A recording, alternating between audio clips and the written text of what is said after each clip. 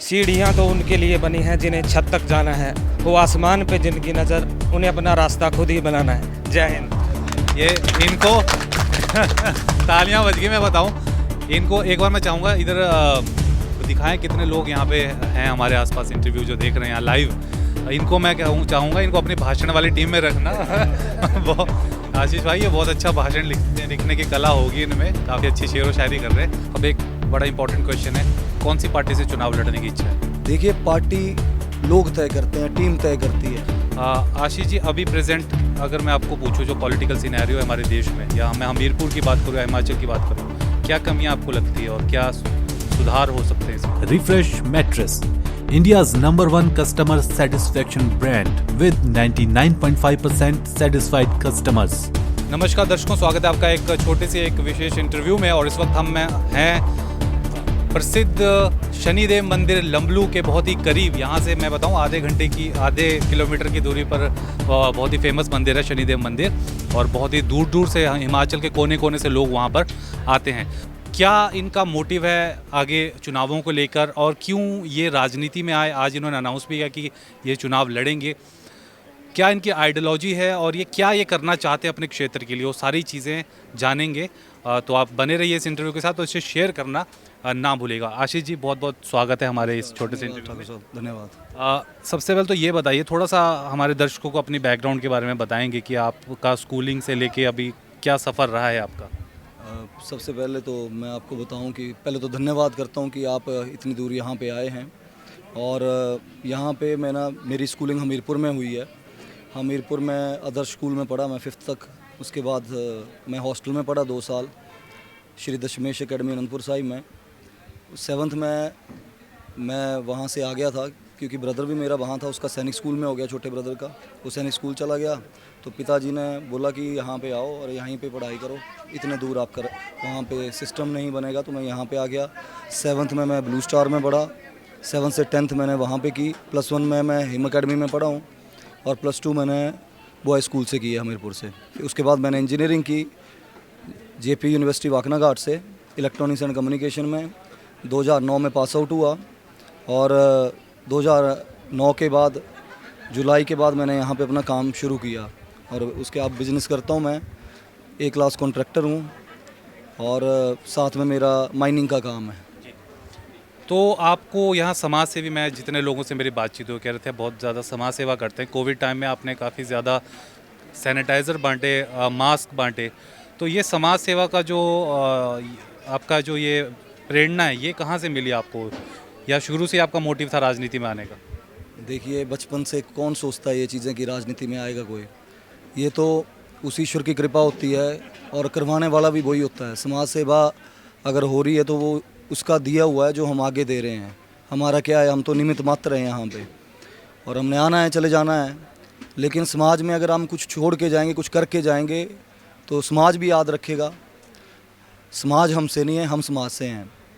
तो ऐसा है कि समाज सेवा का जज्बा तो 20 वर्षों से करीब, परिवार भी बचपन से देखते हैं। पंचायत लेवल पे मदर मेरे सन 2000 में प्रधान बन गए थे। यहाँ करीब में बोनी पंचायत है, 5 वर्ष वो प्रधान रहे यहाँ पे। उसके बाद चाचा जी मेरे 3 बार उप प्रधान रहे, अभी फिर से मदर प्रधान हैं।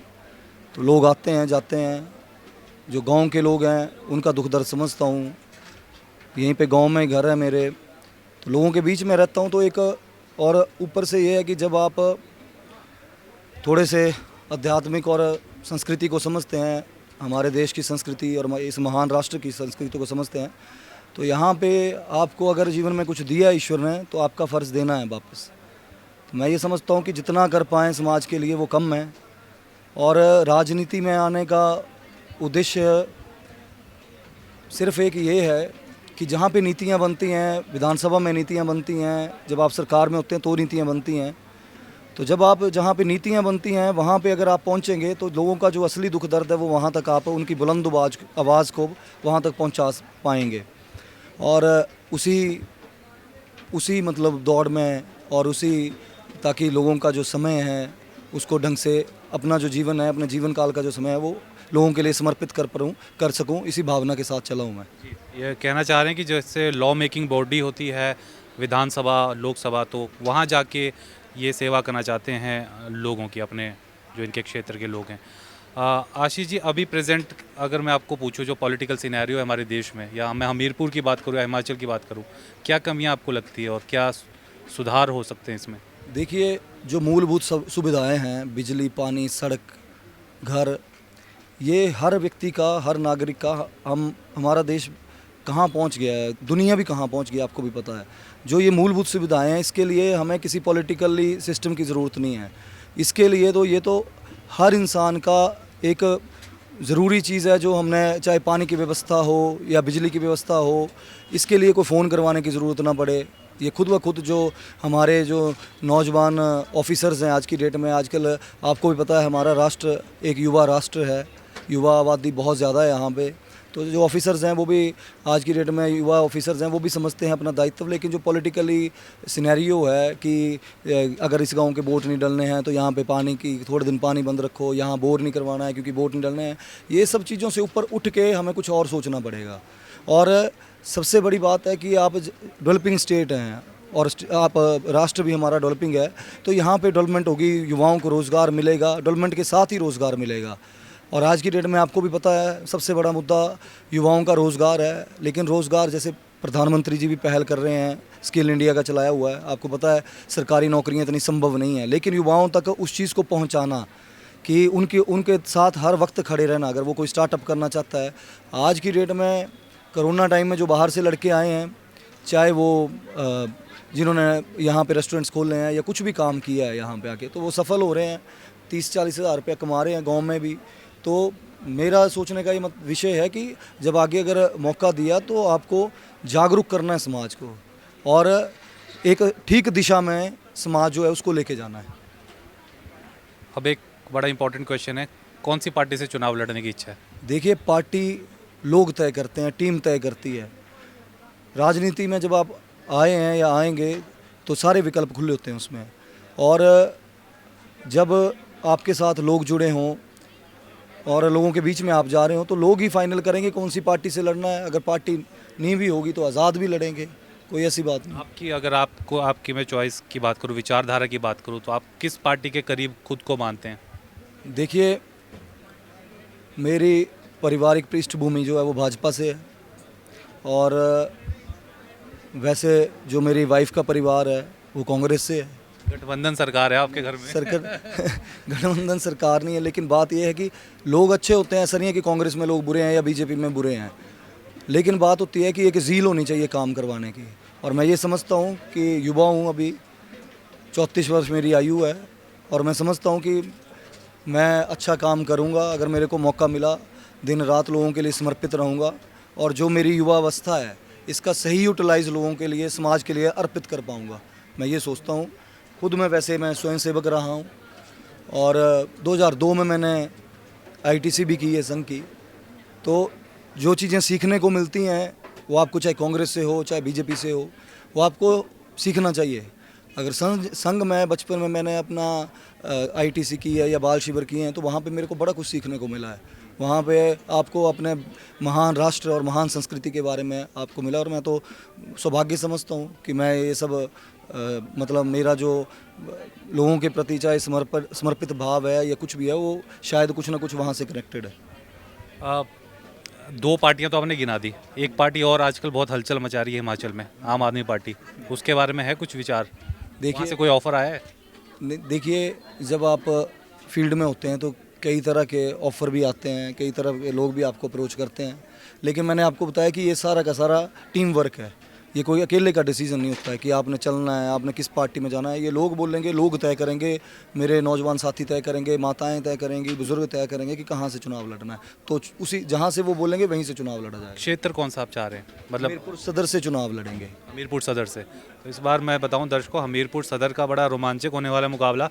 वैसे ही जो आम आदमी पार्टी की एंट्री हुई उससे मुकाबला काफ़ी इंटरेस्टिंग हो गया, और जैसे आशीष शर्मा जैसे जो युवा हैं वो भी काफ़ी ज़्यादा स्ट्रेंथ यहाँ पे अपनी जिसे कहते हैं शक्ति प्रदर्शन कर रहे हैं। तो पार्टीज़ के लिए भी देखना दिलचस्प होगा कि वो किस कैंडिडेट को अपनी तरफ करने की कोशिश करती हैं। आपकी अगर मैं प्राथमिकता की बात करूँ, कल को आप चुनाव लड़ते हैं और आप जीत के चले जाते हैं, तो आप अपने क्षेत्र के लिए सबसे पहले वो अहम कौन से 3-4 पॉइंट्स हैं जिनको कवर करने की कोशिश करेंगे? देखिए, सबसे पहले तो जो ज़रूरत है यहाँ पे है, चाहे बिजली पानी की है, अभी है भी है, लेकिन जहाँ पे अगर कमी है उसको पूरा करेंगे। जो कि आज की डेट हेल्थ व्यवस्था, ये भी प्राथमिकता है, क्योंकि जो आज की डेट में हमारे यहाँ पे हॉस्पिटल है, डॉक्टर्स की भी कमी है, बेड्स की कमी है। जब कोरोना टाइम था तो यहाँ पे बेड्स की कमी पड़ी थी, तो NIT में इन्होंने वहाँ पे स्ट्रक्चर तैयार किया था। और मतलब ये जो मूलभूत सुविधाएं हैं, इनके ऊपर सबसे ज़्यादा काम करना पड़ेगा और इनके ऊपर करेंगे भी। बाकी आपको भी पता है कि रोज़गार की सबसे बड़ी समस्या है, जो पूरा हिमाचल देश भी झेल रहा है। तो किसी न किसी तरह लड़कों को भी कहीं ना कहीं एडजस्ट करना पड़ेगा, चाहे उनसे स्टार्टअप करने हैं या कुछ भी। जहाँ पे जैसे चाहे अभी गवर्नमेंट ने भी काफ़ी स्कीम्स निकाली हुई हैं, मुख्यमंत्री स्वावलंबन योजना है जिसके तहत लोन दिया जाता है, 30 से 1% की सब्सिडी है। प्रधानमंत्री जी ने काफ़ी मतलब स्कीम्स निकाली हुई हैं, तो उनको लोगों तक भी पहुंचाना है, ताकि लड़के केवल इसी ये ही ना समझें कि हमने सरकारी नौकरियां करनी हैं। ये युवाओं को एक थोड़ा सा ये भी बताना पड़ेगा कि जो टेक्निकली आपका मतलब टेक्निकली जो फील्ड है, उसमें भी आप बढ़ चढ़ के आगे बढ़ सकते हैं। और एक मैं आपका भाषण सुन रहा था, नशे की आपने बात करी थी, वो भी एक बहुत बड़ी समस्या है और हिमाचल में भी हम देख रहे हैं पंजाब की तर्ज पे बहुत ही तेज़ी से पसर रहा है नशा। हमीरपुर के तो हमने काफ़ी केसेस सुने हैं, चिट्टा और इन सब चीज़ें पकड़ी जाती हैं टाइम टू टाइम, उस पर भी आपका कुछ विचार है करने? सर, मैंने मंच से भी बोला है और आपके माध्यम से भी ज़रूर ये बात बोलूँगा, जो भी सुनने वाले होंगे, कि जो ये सिंथेटिक ड्रग्स हैं, चिट्टा है, हीरोइन है, ये सब जो हैं, ये इसको बिल्कुल पूर्ण रूप से कड़े संकल्प के साथ ये गवर्नमेंट को इसके खिलाफ एक लड़ाई लड़नी पड़ेगी, ताकि जो आने वाली युवा पीढ़ी है वो पंजाब की तरह यहाँ पे भी ख़त्म ना हो जाए। और ये हमें आपको सबको, युवाओं को ये सोच समझ के और सरकार के पास भी ये मुद्दे उठाने पड़ेंगे। आशीष शर्मा के भी कुछ आइडल होंगे, आदर्श होंगे, राजनीति के कुछ चेहरे होंगे, चाहे हिमाचल के हों, चाहे राष्ट्रीय लेवल के हों या वर्ल्ड लेवल से हों। कौन से वो ये नेता हैं जिन्हें आप चाहते हैं कि उनकी तरह बने या उनको फॉलो करते हों आप? सर, फॉलो तो किसी को नहीं करते हैं, जो अच्छा काम करता है उसको सारी दुनिया फॉलो करती है। आपको भी पता है, प्रधानमंत्री जी अच्छा काम कर रहे हैं, उनको फॉलो भी करते हैं।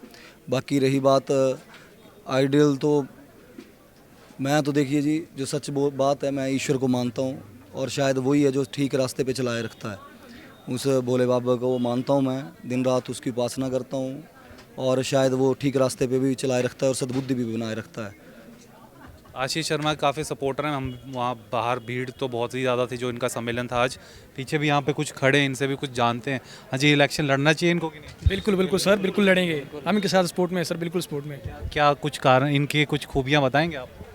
इनकी खूबियाँ तो ये हज़ारों हैं, गिनाने लगे तो शाम हो जाएगी पर जैसे आप देख रहे हैं, इतनी भीड़ जो इकट्ठी हुई है आज, एक ऐतिहासिक दिन है हिमाचल हमीरपुर के चुनावों का, जिसमें भारी संख्या में युवाओं ने भाग लिया।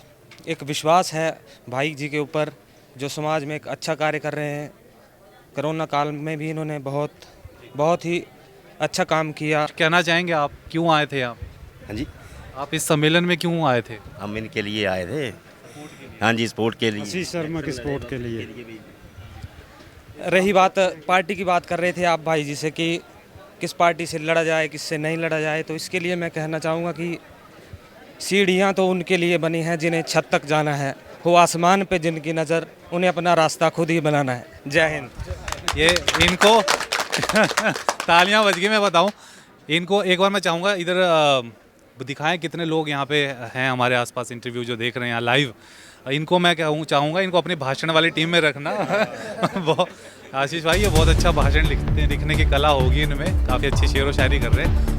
आपको हमारी पूरी टीम की तरफ से बेस्ट विशेज़ आपके राजनीतिक इस भविष्य के लिए। और ये देखना दर्शकों को दिलचस्प होगा कि आने वाले टाइम में ये किसी पार्टी को ज्वाइन करते हैं या नहीं करते हैं, या इंडिपेंडेंट चुनाव लड़ते हैं, और क्या होता है। अब इस साल तो इलेक्शंस हैं, सभी को पता है। हमारी पॉलिटिकल सीरीज़ भी जारी है, जिसे आप हमारे चैनल पे देख सकते हैं। अगर यूट्यूब पे आपने हमारे चैनल सब्सक्राइब नहीं किया तो सब्सक्राइब ज़रूर करें। और अगर इस इंटरव्यू को आप फेसबुक पे हमारे पेज पे देख रहे हो तो फेसबुक पेज को लाइक या फॉलो करना ना भूलें। बहुत बहुत शुक्रिया इस रिपोर्ट को देखने के लिए, और आशीष शर्मा जी आपका बहुत बहुत शुक्रिया हमसे जुड़ने के लिए।